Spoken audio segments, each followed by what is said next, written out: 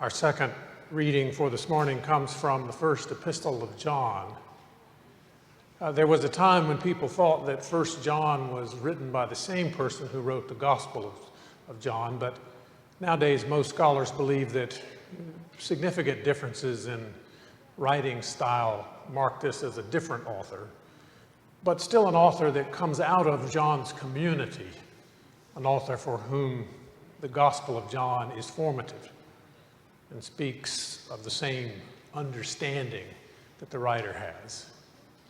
1 John appears to be written to address problems in the church. There were apparently divisions.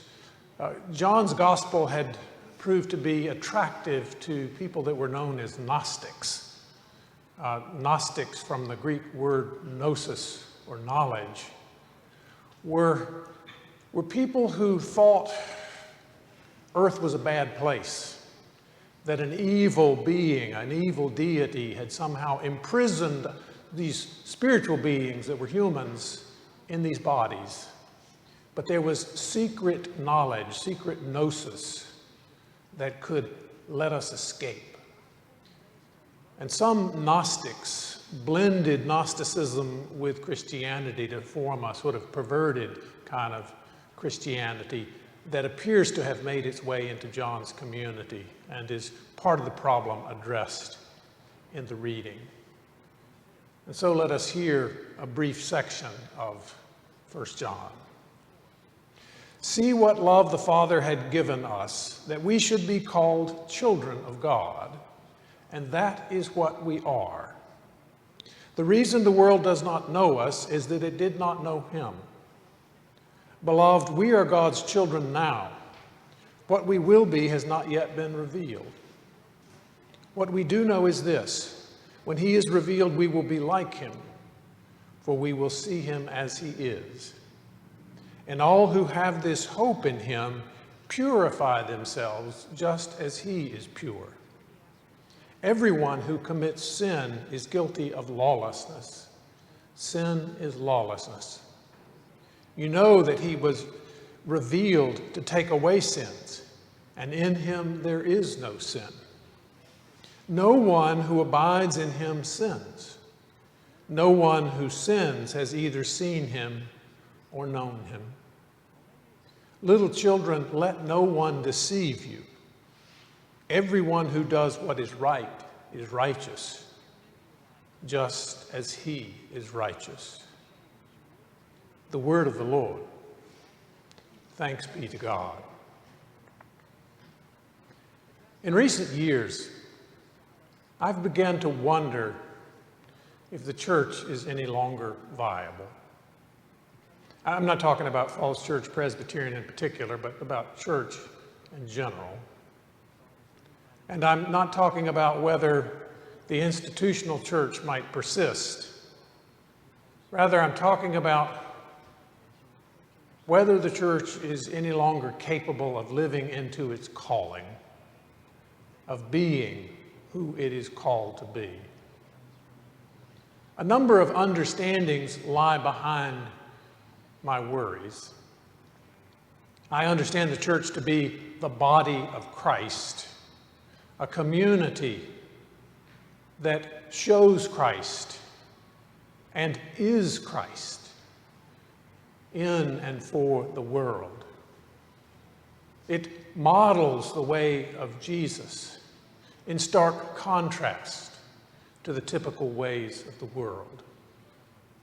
I understand the church to be an alternative community that shapes and forms people in the way of Jesus, in contrast to the ways of our consumer society. I understand it to be an alternative community where people so experience the love of God that it transforms their lives. I understand the church to be a community that embodies the way of peace over violence, even when that is risky and costly. It is a community that would risk its very life for the cause of peace and love. I understand church as a community that embodies the way of God's coming new day, a day when all divisions are ended, and when the poor are lifted up and the rich and the powerful are brought lower, a great leveling. In short, I understand the church to be a square peg in a world meant for round ones. A community that holds fast to the ways of Jesus, even when it makes it difficult, perhaps impossible, to fit in. I also understand that the church will live into this calling imperfectly, because the ways of the world are familiar and comfortable and seductive. But the church will keep being pulled back to its calling by God's great love and by the guidance of the Spirit. But I'm not at all sure that these understandings describe church in 21st century America. Rather than showing the world a different way, we mirror all the divisions of the world. There are liberal churches and conservative churches, rich churches and poor churches, black churches and white churches, contemporary churches and traditional churches, and on and on and on. Churches are often more focused on giving religious consumers what they want than shaping and forming people in the peculiar ways of Jesus.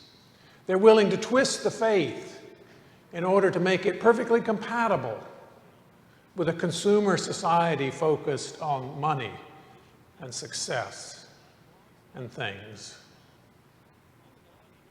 Church obsesses about institutional survival,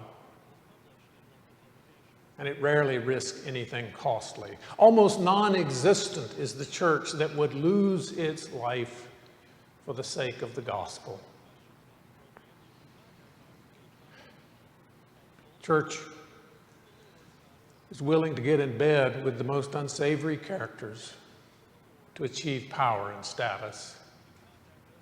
For decades, mainline churches such as the Presbyterians provided a religious veneer for America in exchange for society sending us folks on Sunday.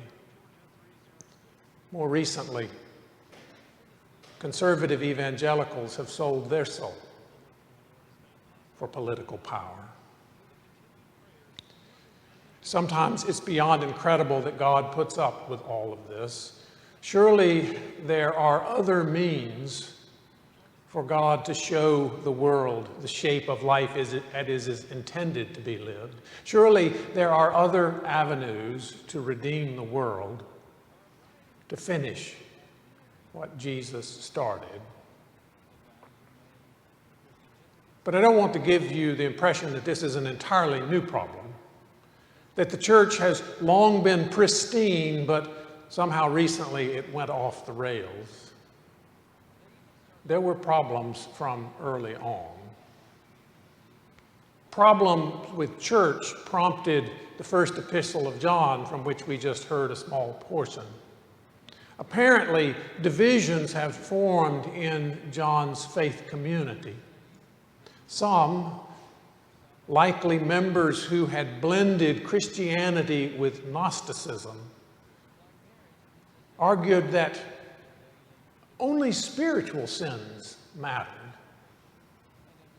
For Gnostics, the body was useless, a prison which contained our spirits.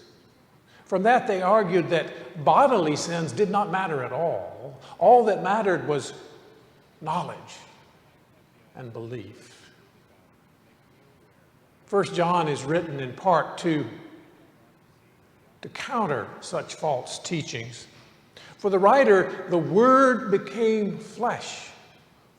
Flesh, the body, is neither prison nor evil. It is part of God's good creation and integral to being human. And those who say that how we live in the body doesn't matter are deceivers. The writer insists that how we live, that how we use our bodies matters a great deal, because it is here that we live out our Christian identity. To embrace sin is to deny who we are. And that's why the letter is so focused about the problem of sin. No one who abides in him sins, it says. No one who sins has either seen him or known him. I'm pretty sure that this is referring to not embracing sin and not simply to never ever committing one. After all, it is 1 John that says, if we say we have no sin, we deceive ourselves, and the truth is not in us. The problem is not that people fail to live perfectly into their Christian identity. The problem is when people see no need to live into that identity at all, that all they need to do is believe the correct things. First century Gnosticism is alive and well today. For our letter writer, getting things right starts with realizing who we are, with understanding who we are. See what love the Father has given us, what great love the Father has given us, that we should be called children of God. And that is what we are. Children of God here is not a synonym for human. It refers to being joined to Christ and so adopted into the family of God. We become children of God because of God's great love for us. And this new identity shapes how we live. Or at least the gospel writer hopes that it does. Most of us are familiar with stories of self-fulfilling prophecies. Children living in poverty go to underfunded and under-resourced schools, where often there are low expectations and little opportunity. In ways obvious and subtle, these children are told that they don't matter, that they can't cut it, that they're stupid. But every now and then, someone offers up a different narrative, and with it, a different identity. I once saw a news report about a wealthy benefactor who had paid to send a chess expert to a small, poor, rural Mississippi town and start a chess club at the elementary school. Many thought it an impossible task. None of these children had even seen chess being played, much less played it themselves. But the teacher dove into his work. He began to teach the basics, and more importantly, he began to teach them that they were smart, capable, able to do what others thought impossible. And the children bought into this new identity. And before long, they began to beat chess clubs from big city schools. They went to the state championships, and their elementary age players beat high school players. Finally, they went to the national championships, and their fifth graders placed 8th in the nation, and the sixth graders 10th. And it had only been 18 months since they first began to play.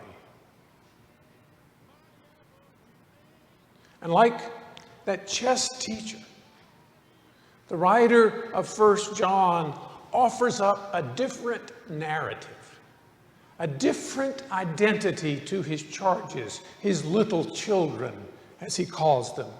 He insists that there is something extraordinary about them. See what great love has been given to us by the Father, that we should be called children of God. And that is what we are. That's not who they once were. It's who they have become because of God's great love. God's love has transformed them. God's love has been poured out for us as well. It's been poured out for you. God's great love has been given to you so that you are children of God. That is what you are. That is what we are. And if we believed this, truly believed this, then perhaps we could live as though it were really true. All praise and glory to the God who comes to us in Jesus, who hallows the body, life in the flesh, and calls us to new life as his siblings, as the children of God. Thanks be to God.